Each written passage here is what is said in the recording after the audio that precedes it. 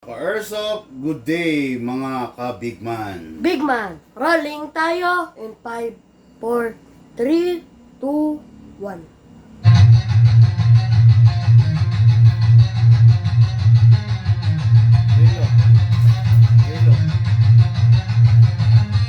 Magsatabi sa daan, huwag kang babangga.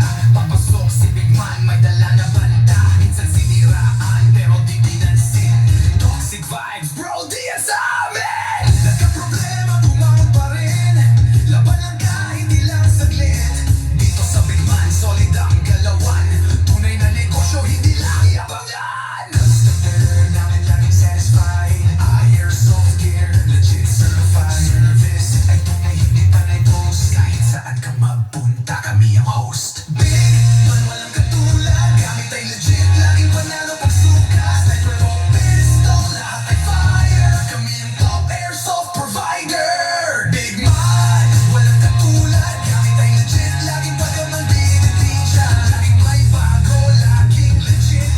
Big Man rules, wag kang bitter kid. Big Man, walang katulad. Gamit ay legit, laging panalo pag sukat. Sniper o pistol, lahat ay fire. Kami ang top airsoft provider. Kalat ang inggit, pero hindi sila makalapit. Try to copy, pero fail ang gamit. Boom, boom, pow, pag nagpaputok, parang Pit Viper. Di nga maglipat yan daw, kasi sila makalapit. Try to copy, pero fail ang gamit. Boom, boom, pow, pag nagpaputok, parang Pit Viper. Di kami patok-tok. Customer happy, service tight. Walang scammer, we do it right. Lift your game up, don't be a joke. Big Man blazing, lahat ay woke. Big Man, walang katulad. Laging on point, parang sa barilang lakad. Rush fire, deal sniper. Big Man airsoft sniper. Sa presyo, tama sa gamit na solid. Panalo ka palagi, di ka magiging biktima, kid. Big Man ang pangalan, tandaan mo palagi. Sa airsoft game, kami ang hari.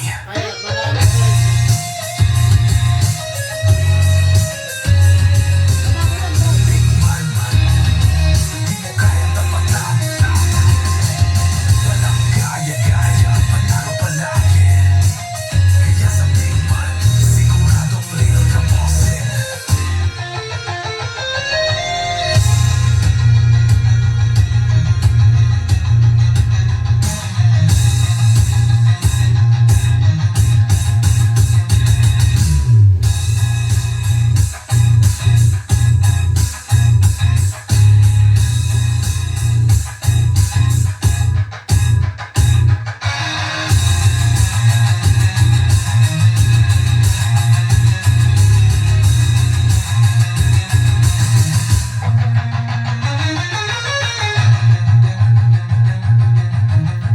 Wala ayaw to.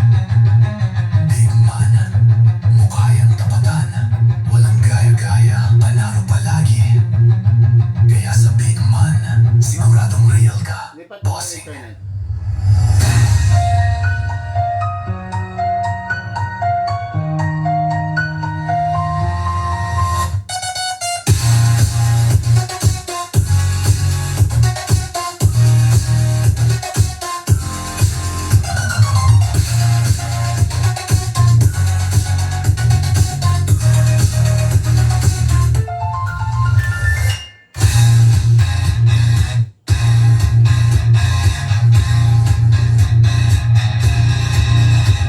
Okay, hello. Good afternoon po sa inyo lahat. Pasensya na mga Airsoft, medyo na late yung live ko ngayon.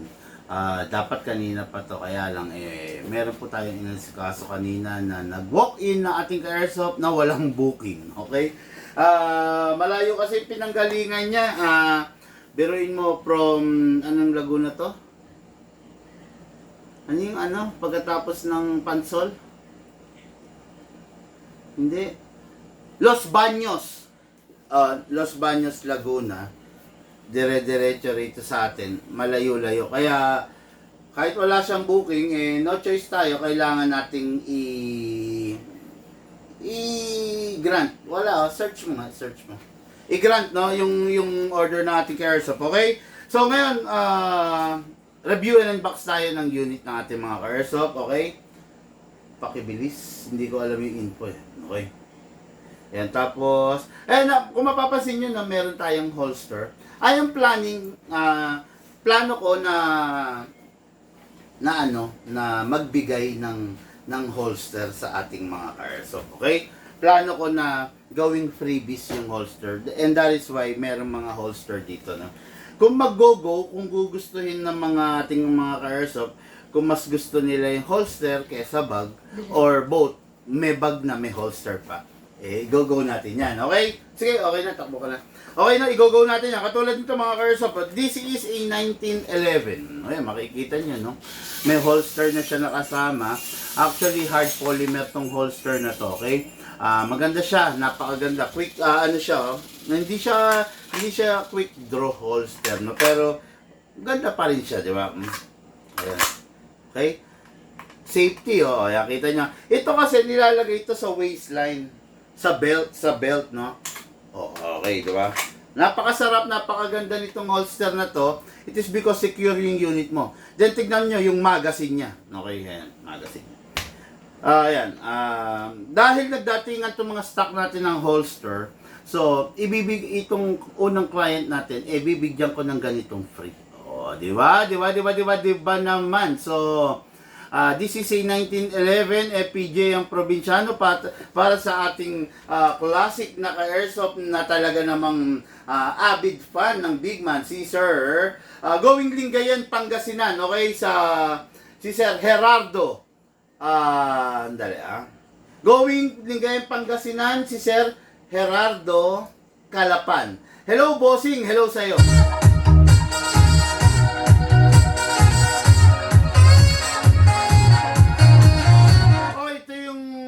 Holster mo together with the mag pouch, no? Kung yung holster natin is pang lang pang right-handed, no?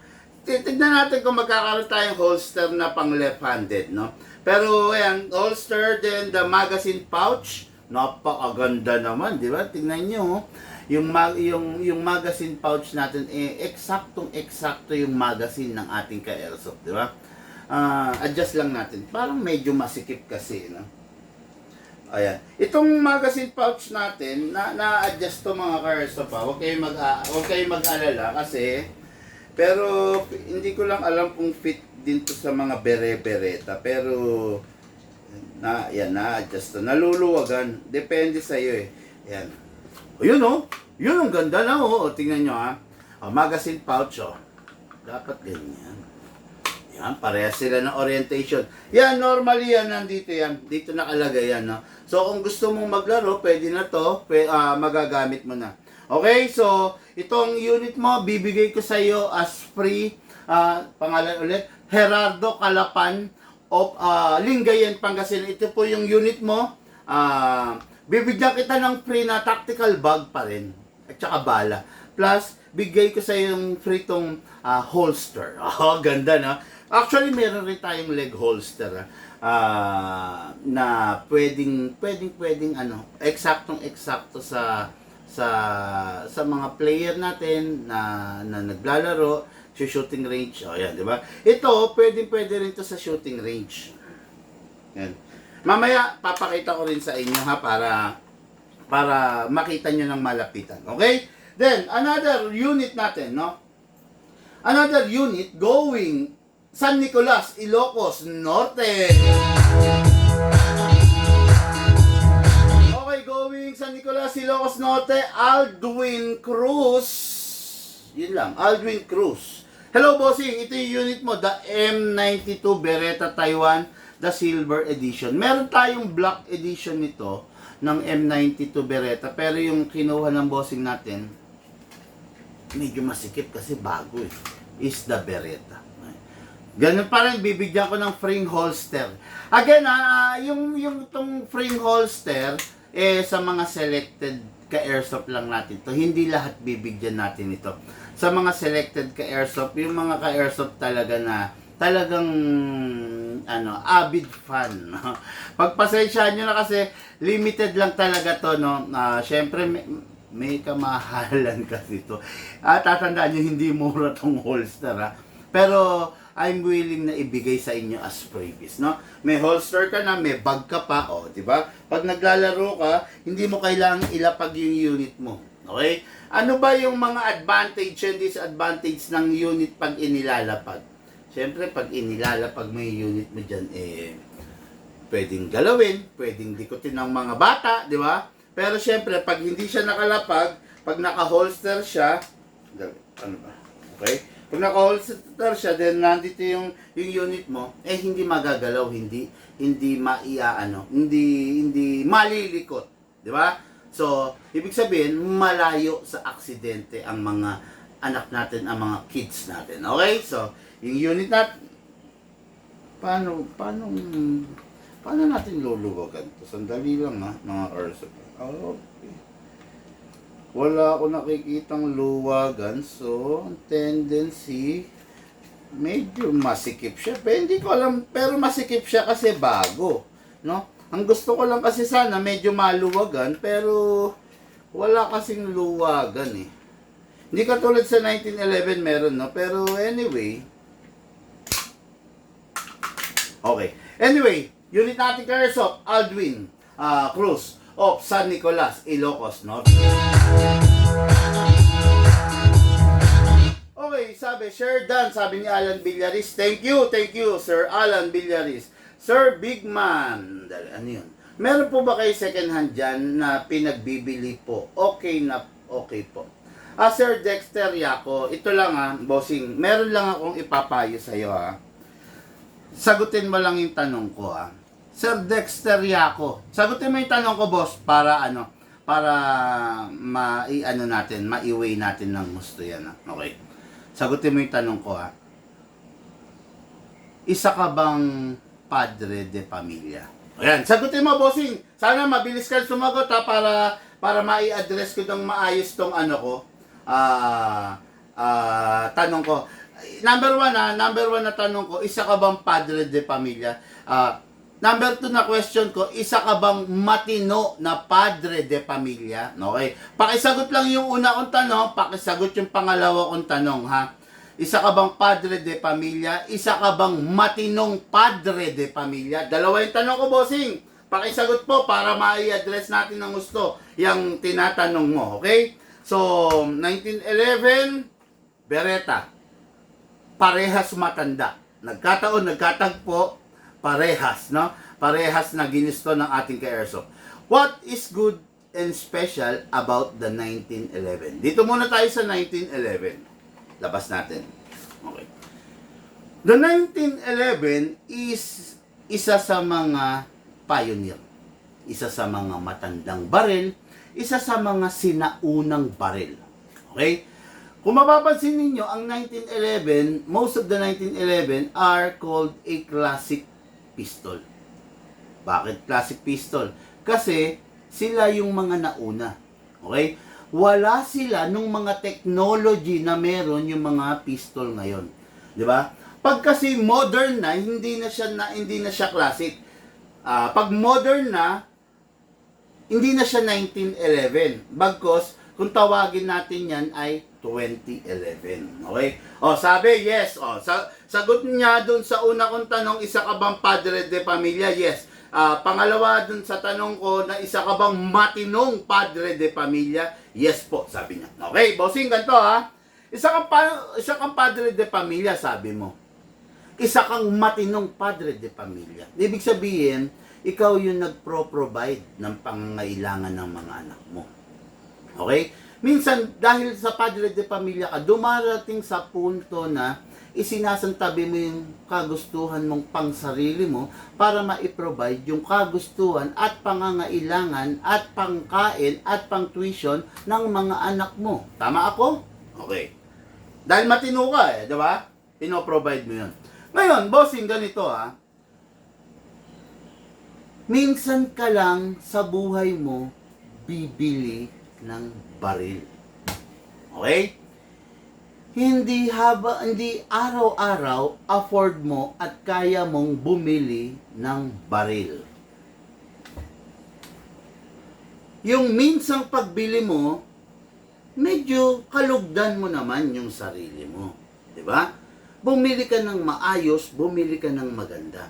Wag na wag kang bibili ng second hand. Bossing, believe me now and you will thank me later. Tandaan mo yan. Pag hindi ka nakinig sa akin, pagsisisihan mo, yung gagawin mong hakbang. Okay? Bibili ka ng baril di ba? Huwag kang bibili ng second hand, bossing. Sabi mo, isa kang matinong padre de pamilya. Dahil matino kang padre de pamilya, deserve mo yung unit na maayos. Deserve mo yung unit na brand new. Tandaan mo yung brand new, minsan nagkakaproblema, natsatsambahan. Ano pa yung unit na second hand? To Huwag mong hayaan na maisalin sa pagkatao mo yung kabalasan na nakuha ng iba. Bakit? Itong isang unit na to, sa tingin mo, bakit ko ibebenta to? Ibebenta ko tong isang unit na to kung wala siyang kwenta. Okay? Itong isang unit na to, iaalis ko to sa akin. Ibebenta ko to kung maya't maya nasisira. Itong unit na to, hindi ko to tsatsagain. Hindi ko pangangaraping kasama ko habang buhay kung hindi ako masaya sa kanya. Ganun din ang asawa mo. Diba? Kaya hanggang ngayon, magkasama kayo ng asawa mo, malamang sa malamang kasi mahal mo.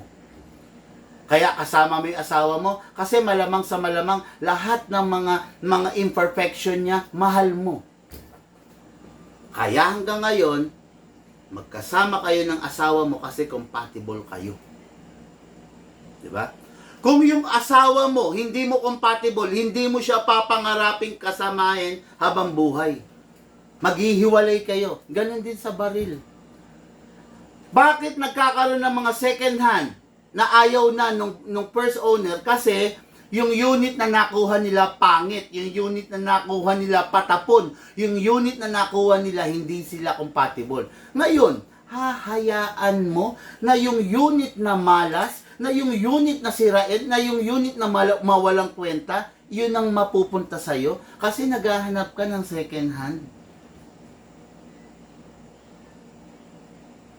Medyo bigyan mo naman ng hiya yung sarili mo. Mahiya ka naman sa sarili mo, bossing, di ba? Kasi isa kang matinong padre de pamilya. Ikaw yung nagbibigay ng suporta sa pamilya mo. Minsan ka lang mangangarap ng bagay na pwede mong laruin, pwede mong paglibangan. Bibili ka ng second hand. Di ba? Hindi magandang step yun. Hindi magandang moves yun, bossing. Hindi magandang moves yun. Okay? Kulang yung pera mo, pambili ng brand new, mag-ipon ka pa. Itabi mo lang. Di ba? Itabi mo lang. Meron nga sa amin Meron nga sa amin, bossing ito, maniwala ka sa hindi Meron ng customer ang big man. Tindera ng fishball Merong customer ang big man, tindera ng fishball. Pero ang taas ng pangarap. Pumunta siya rito, tumingin siya ng unit. Hindi niya pinansin yung double bell. Hindi niya pinansin yung mga mumurahin. Hindi niya pinansin yung second hand. Tinignan niya yung CC Shadow. Magkanong CC Shadow? Diba? Magkanong CC Shadow, bossing? Nasa 20 pataas ang CC Shadow na full upgraded. Pero yun ang tinignan niya. After 1 month, bumalik dito. Binili niya yung CC Shadow. Diba? Ang sa akin lang, bossing, nakasalalay sa'yo, diba? Ang hirap kasi bibili ka ng airsoft. Ito makinig ka makinig ka. Bibili ka ng airsoft. Second hand. Pagkabili mo, nasisira. May paparepair mo. Diba? Kasama sa bibilin mong second hand ang kamalasan, kasama sa bibilin mong second hand yung problema. Diba?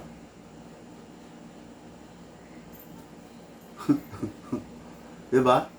Ngayon, pag bumili ka sa akin ng second hand, at ako naman gago, binentahan kita ng second hand, ano yung magiging tingin mo sa akin?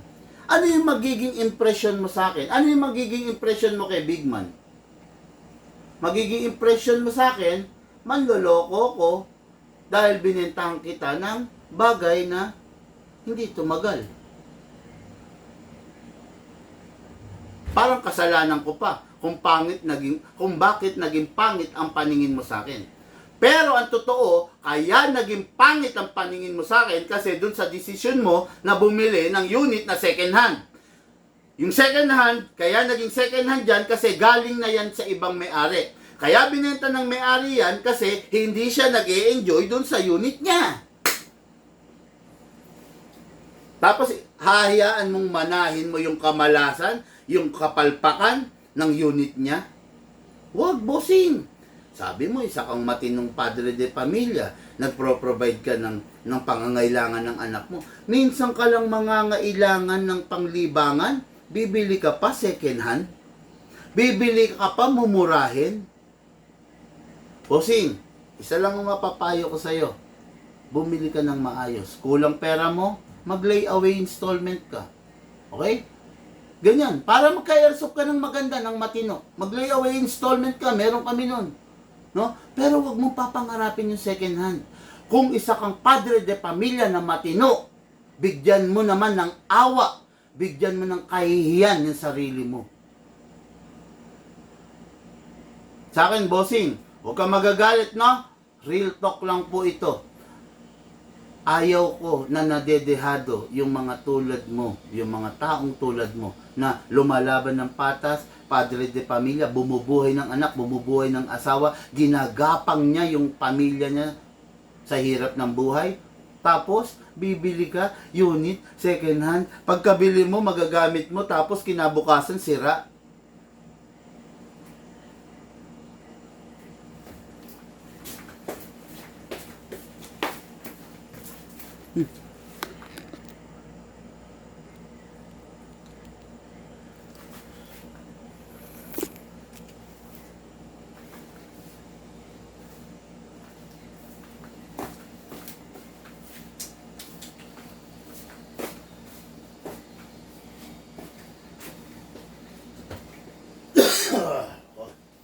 Ang ina mo.